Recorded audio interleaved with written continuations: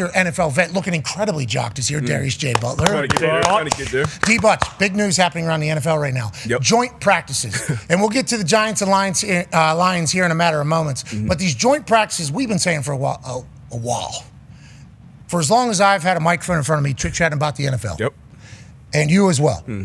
We have said that the joint practices are a recipe, okay, for a fight. That's all it is. You put all the ingredients in there. Only a certain amount of jobs for both of these teams.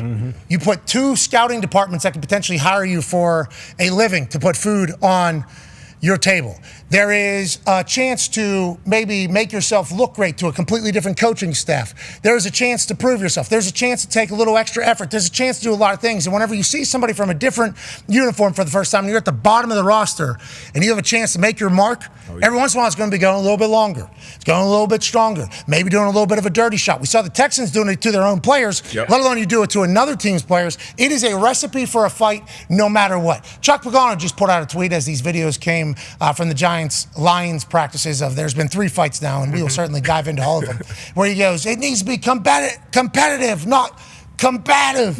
Well, the jobs are very competitive. So in a physical sport, it's going to come combative in a matter of moments. I don't know if I've ever seen an joint practice happen without a fight, especially if there's full pads involved. But we're in that time of year right now where these dudes are brawling, absolutely brawling. You rarely get through a full session without a brawl, without a fight, without a little dust up, especially with the full pads on. Like, it's hot. These are what we call dog days in training camp. And to your point, typically in pro practices, you always preach, hey, take care of your guys, take care of your own guys. If I'm going up against Reggie, I'm not taking Reggie Wayne or T.Y. Hilton to the ground. Now, if I'm going up against Malik Neighbors or another guy in another jersey, maybe I got to compete through the ground. I'm getting maybe more some realistic game reps. You want to take it to that limit. And as a coach, you want your guys, you want to be able to, Bill Carr always says, I want to have to pull my guys back as opposed to push them forward and get after it. It's obviously a fine line. You don't want brawls. You don't want a broken hand, throwing a punch like that. Saw Sewell throwing some big blows. But, that's part of the game. It's football. It's violence. It's a controlled violence, obviously. But once you get up against another team, another color for a few days, like you said, you're trying to prove yourself not only to your staff, obviously if you're on the bottom of the roster especially, but to that other staff as well. And it's good things that come out of joint practice as well. You see different looks, you see different fronts, different coverages, different cadences, calls and things like that. So especially guys who haven't gotten real game reps, it's great for them. But obviously you don't want to go too far and get somebody hurt. Yeah, you can choreograph certain situations that you don't know if they'll show up in the preseason, but with choreographing in situations, you're forcing everybody to go 100%. Goal line, 4th down, red zone. Sure. These are all highly contested situations. One-on-ones, both linebacker, running back, offensive line, defensive line, wide receiver, corner. And it's like, you got to go. And if we're talking about the bottom half of the roster because they're fighting for jobs, so obviously they might be a little bit more scrappy. Sure, okay. They might do a little bit. But at the top 2, ones don't want to lose the ones. We obviously saw what happened with Hall and Nuke. Whenever the whole thing, don't you touch me, I'm you. Like that stuff happens, and those fights happen from that. Let's go to the Giants and the Lions joint practice now. Motor City Dan Campbell, every time he speaks, it's hard not to just be like, this guy's hilarious. Best. This guy's the man. This is what he had to say about Coach Daboll of the New York Giants today as he was briefing the media before joint practice. I told him he's a chameleon. This guy's unbelievable. I mean, when I was working with him, he looks about like he does now, and then within about 2 months, it was fat. And then he's like, you know what? I'm going to cut it back. And then all of a sudden, it's like 3 months later, he's back down to. I mean, it's unbelievable, and he can.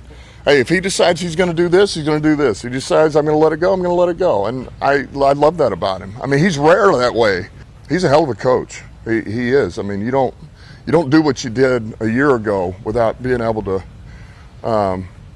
coach. So I got a lot of respect for Dave's. Motor City Dan Campbell was drafted to the Giants. He stayed there for 4 years. He said he has a lot of, obviously, personal relationships around the Giants building with the Mara family and Dave's. That's why he started complimenting him. And he said, hey, easy come, easy go, man. Yeah. That guy's weight, it comes, cheeseburger, he's fat. runs a lap, he's thin, but nonetheless, he's a good football coach, paying his respect and his homage. And I don't think there's enough people that are paying respect to Motor City Dan Campbell. And obviously, it's potentially because whenever he started this entire thing, he said he was going to non-decaps. And the way he talks, he'll wear an IndyCar helmet to a press conference. He'll say, man, you guys are like the wind beneath my wings, man, and like even do the full implement. He's like a musician or an artist whenever he speaks, or somebody who's trying to be entertaining as opposed to the same old coach speak. So I think a lot of people think he's a big dumb dipshit. That is not the case at all. Nope. If you look at what he's been able to do to the Detroit Lions, and obviously it's alongside Brad, and it's alongside a lot of great coordinators and great players, but there's one man that is setting the tone for the Detroit Lions since he got the job. It was a man who said, hey, we're going to embrace Detroit. We're going to be about Detroit. We're going to be tough. We're going to be gritty, and we're going to draft the right guys. Now, all these draft picks come after the season that took place, before the first season happened. Remember, his pillar player, Penei Sewell and St. Brown.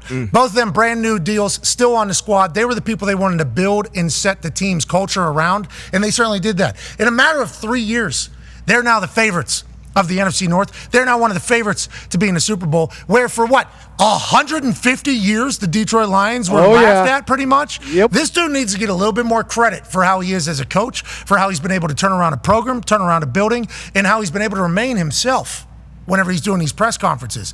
Now, obviously, Detroit's not a big market, and they are the Detroit Lions. Of course. And the way he delivers his messaging publicly is one that a lot of people cannot take serious, potentially, if he didn't want to.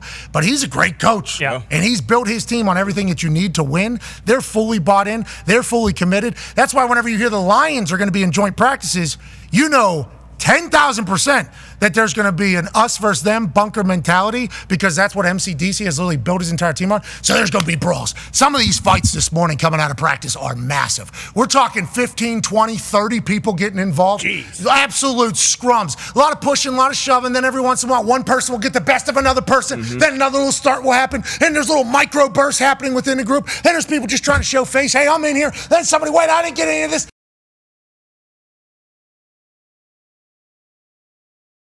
Now, normally it involves everybody but a couple positions.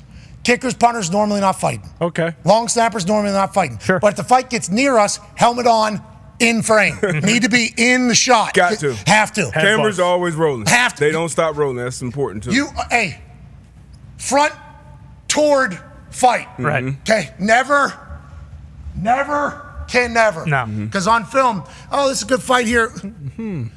Let's zoom in on. What were you doing? Well, you were. So hold on, let me get this straight. So, guy that's going to be blocking for you, whenever you're doing your little kicking stuff, he's in a fight with 3 people over there. You're the closest person. What do you did put your helmet on? You get in. No, actually, you put your helmet on so you don't get hit by any glancing blows. You run away. You were considered an outcast in that locker room forever. Now, very easy way to win the locker room over though. Kicker, punter, right into that thing. He's like, look, even a going to get in. That's good, but normally not us. Also, quarterbacks, never in there. Let alone if you're a paid quarterback. Daniel Jones got in scrap this morning. What? Love it. Daniel Jones. Now, look, this is a cell phone video, obviously, so we appreciate the hell out of Jordan Renan who gets this. But look at Daniel Jones. A little bit of a scrum here. Daniel Jones, red jersey, coming in, pushes. Whoa. Get off my guy. Dime. Get off my guy.